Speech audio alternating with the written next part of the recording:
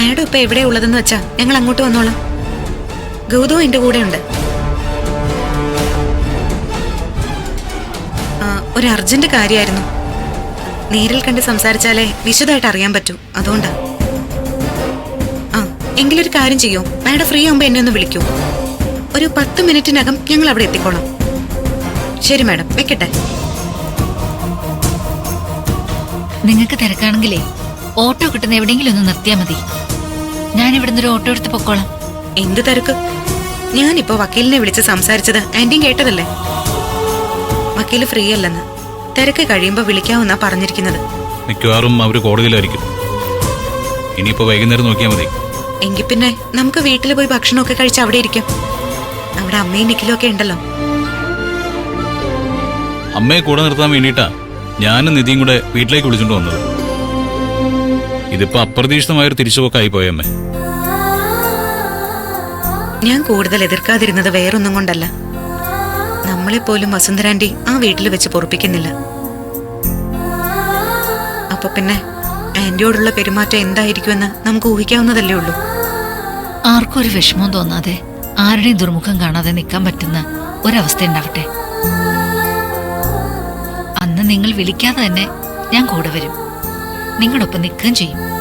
അങ്ങനെ ഒരു അവസ്ഥ ഉണ്ടാവണമെങ്കിൽ ആദ്യം ഞാനെല്ലാം അറിഞ്ഞു എന്നുള്ള വിവരം പാറു അമ്മയെ അറിയിക്കണം. ഈ ലോകത്തിനെ മുഴുവൻ അറിയിക്കണം.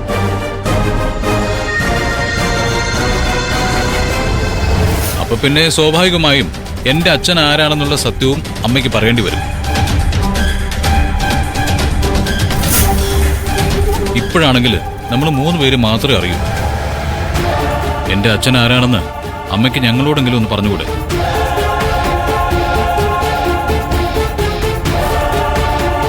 എന്റെ സ്ഥാനത്ത് നിന്നൊന്ന് ആലോചിച്ച് നോക്കണം. അമ്മയെ പറ്റിച്ച് എനിക്ക് ജന്മം നൽകിയിട്ട് പോയ ആള് എന്റെ കൺമുമ്പിൽ തന്നെ എവിടെയോ ഉണ്ട്.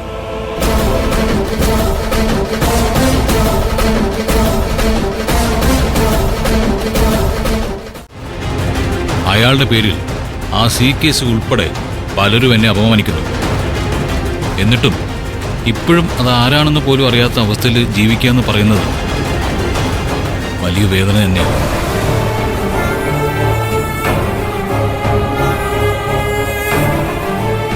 അമ്മ പറഞ്ഞല്ലാതെ അതറിയാൻ എന്റെ മുമ്പിൽ വേറെ മാർഗമൊന്നുമില്ല. അതുകൊണ്ടാണ് ഞാൻ വീണ്ടും വീണ്ടും ആവർത്തിച്ച് ചോദിക്കുന്നത്, ആരാണ് അമ്മ എന്റെ അച്ഛൻ? അയാളുടെ പേരെന്താ? പ്ലീസ് ഗൗതം, വെറുതെ ആന്റി ടെൻഷനാക്കല്ലേ. അതാരാണെന്ന് നമ്മൾ അറിയേണ്ട സമയമാകുമ്പോ ആന്റി അത് പറയും. അല്ലാതെ ഇനി അത് ചോദിക്കരുത്. ചന്ദ്രിക വിളിക്കുന്നേ. ഹലോ ചന്ദ്രിക. ഞാൻ വെറുതെ ഒന്ന് വിളിച്ചതാ. ഇവിടെ ഒരുത്തിന് പനി പിടിച്ച് കിടകിടാ വരച്ച് കിടക്ക. ആണോ? അതെന്തു പറ്റി? ആർക്കറിയാം, ഇനി വല്ല വൈറൽ ഫീവർ ആണെന്ന് ആശുപത്രി പോയി ചെക്ക് ചെയ്താലേ അറിയാൻ പറ്റൂ. എന്തായാലും ഞാൻ അങ്ങോട്ട് വന്നോണ്ടിരിക്കുക. ഗൗതമും നിധിയും എന്റെ കൂടെ ഉണ്ട്. അവരുടെ കാറിലാ വരുന്നേ. ഉച്ചയൂണിന് അവരും കാണുമോ നിർമ്മലെ? മിക്കവാറും കാണാനാ സാധ്യത. അയ്യോ, നിഖിലിനുണ്ടാക്കിയ കഞ്ഞിയും പപ്പടം അല്ലാതെ ഒരു വകയും വീട്ടിലില്ല. രാവിലെ ഇറങ്ങിപ്പോയി എന്തെങ്കിലും ഒന്ന് വാങ്ങിക്കാന്ന് കരുതിയതാ. അപ്പോഴാ ഇവന്റെ പനി.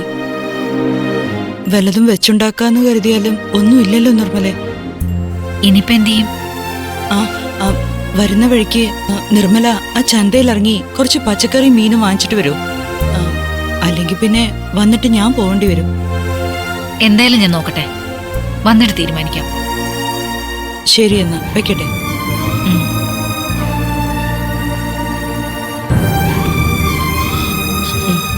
ഷോ, തുണി നനച്ചിട്ടിട്ടൊന്നും ചൂട് കുറയുന്നില്ലല്ലോ മോനെ. നീ എഴുന്നേക്ക്, നമുക്കൊന്ന് ആശുപത്രി പോയാലോ? എന്തെങ്കിലും പോണം, അല്ലാതെ ശരിയാവുമെന്ന് തോന്നുന്നില്ല.